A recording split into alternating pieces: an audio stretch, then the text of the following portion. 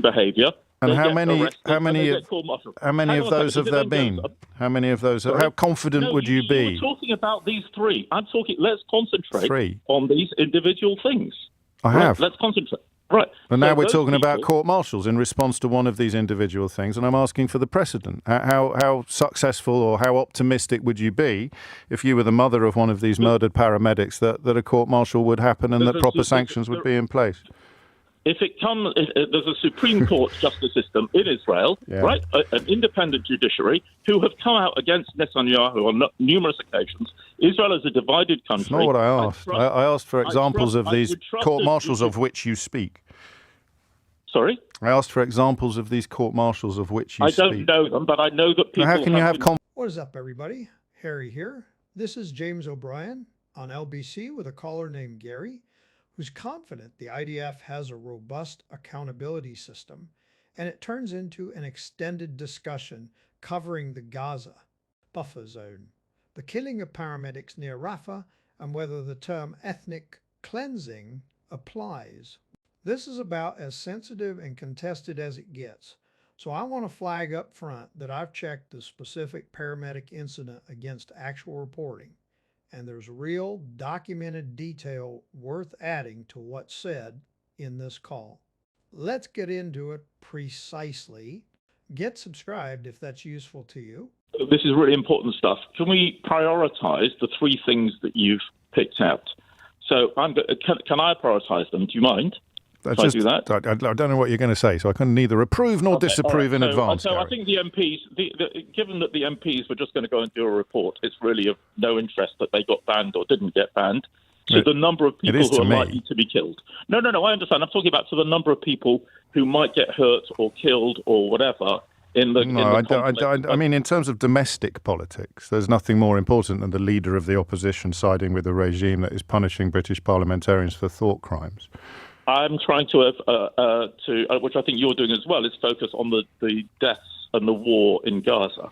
So no, it's always slightly wary when people come on and ask questions I can't answer about do you approve, do you disapprove of this. The phone-in is about the loss of credibility or support for a regime that is doing various things, and that includes killing 15 paramedics and apparently lying about it. It includes Israeli combatants queuing up to tell us about this so-called kill zone, this latter-day Hiroshima. And then because I'm a British radio presenter, I consider it highly important that the leader of the opposition has decided to side with the perpetrators of those acts against her own parliamentary colleagues. So that's why the question was really simply put, how much support do you think Israel is losing? And I think it'd be respectful to everybody else who's been listening for 52 minutes for you to have a crack at answering that. It's obvious. I am answering it. It obviously is losing respect, but I think the amount of respect it's losing because the MPs have been not allowed in. No, that's about Kemi Badenoch. So talk to me about Israel. You don't have to mention Kemi Badenoch again.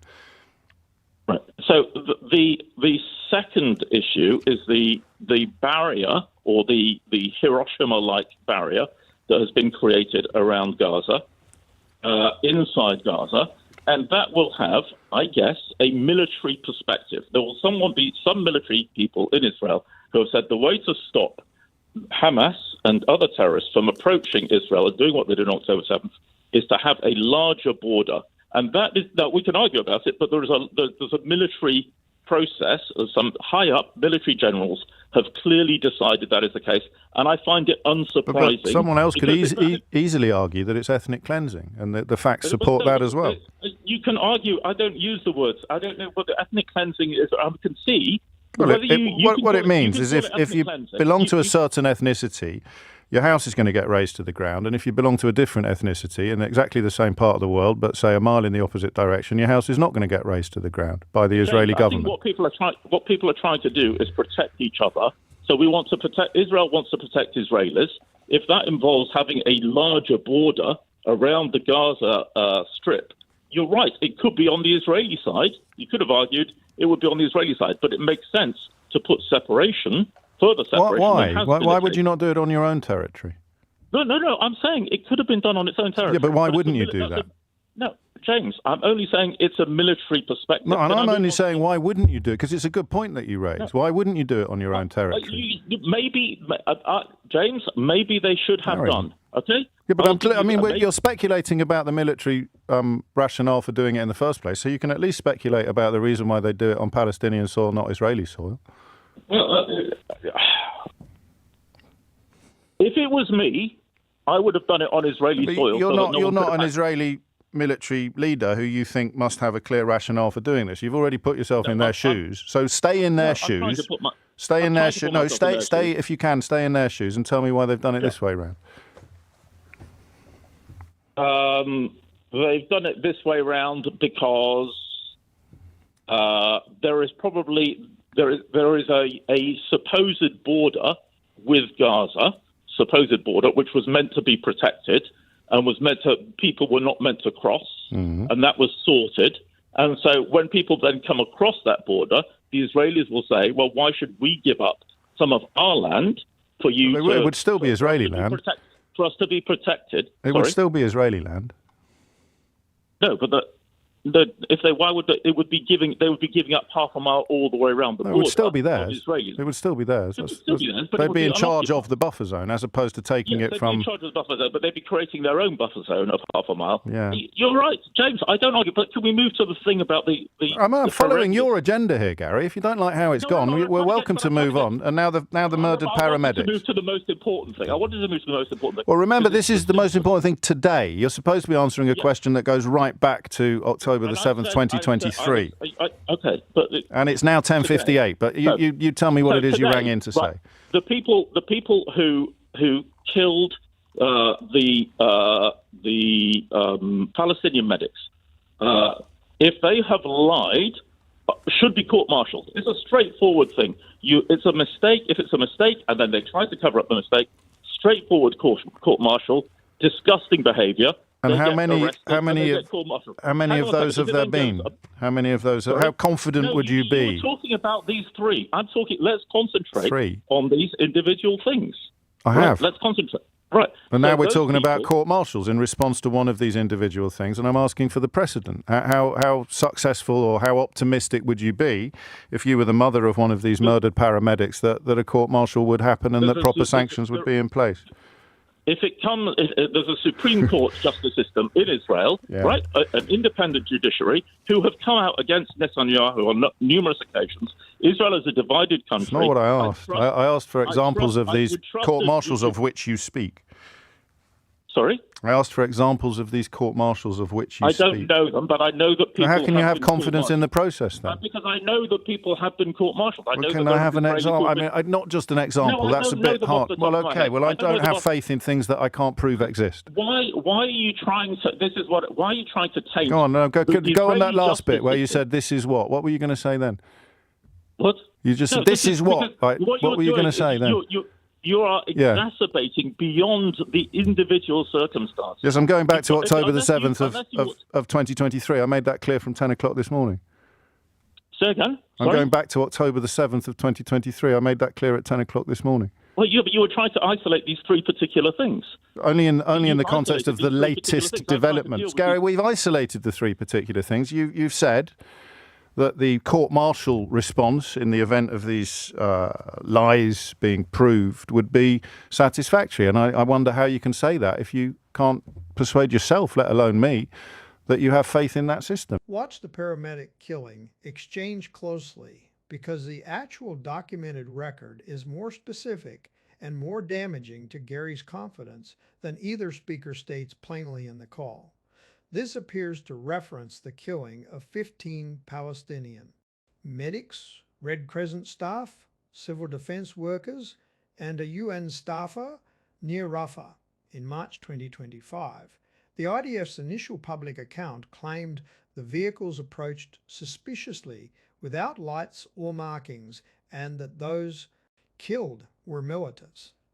That account was later contradicted by cell phone video recovered from one of the victims, which showed the ambulances with lights flashing and clearly marked, and the IDF subsequently changed its story. A military investigation concluded there had been professional failures and that a deputy battalion commander would be dismissed. That's a real, documented disciplinary outcome. But it's worth being precise that it isn't a court-martial or a criminal conviction.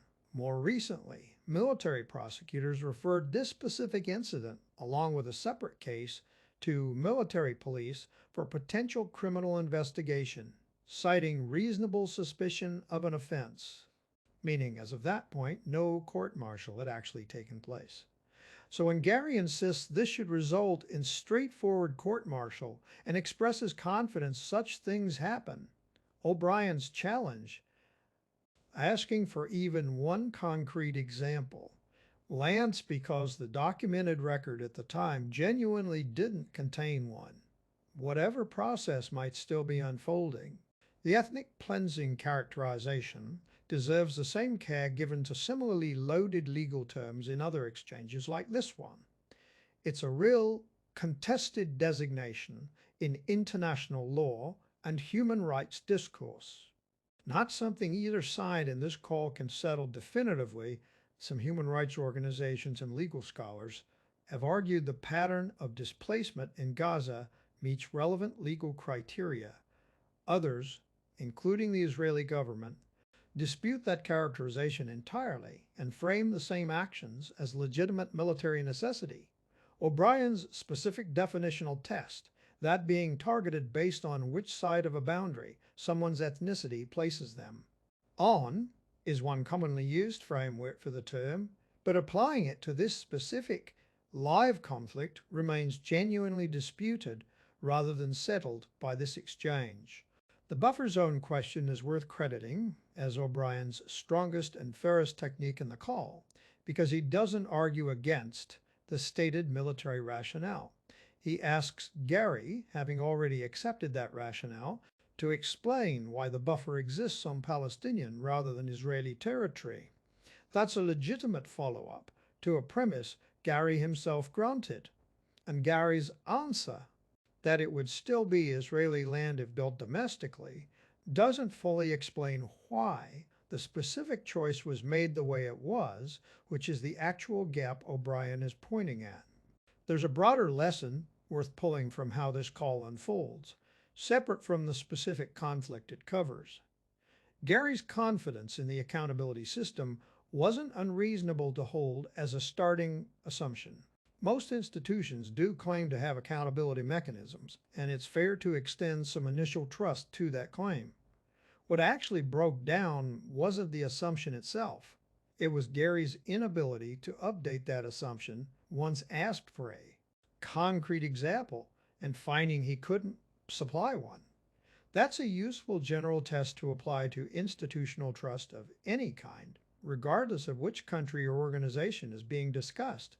Not whether you're initially inclined to trust a system, but whether you're willing to look for the specific evidence that would confirm or challenge that trust once asked. If breakdowns like this are useful to you, get subscribed to Harry Unfiltered, and I'll keep checking the specifics as carefully as this deserves, one call at a time.